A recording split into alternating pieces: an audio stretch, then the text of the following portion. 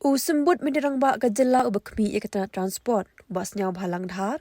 Ule tho bakan shimpor haduk lai Snem kinthi ban Shna Pynheh ya kakak Liengsuiñ Shillong ha umroi.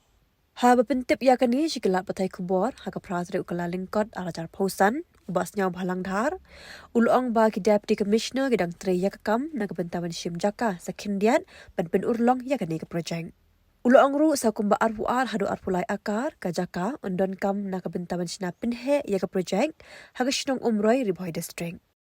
The progress is this, so the DC is on the job for the identification of the new additional land for the expansion. How long it will take?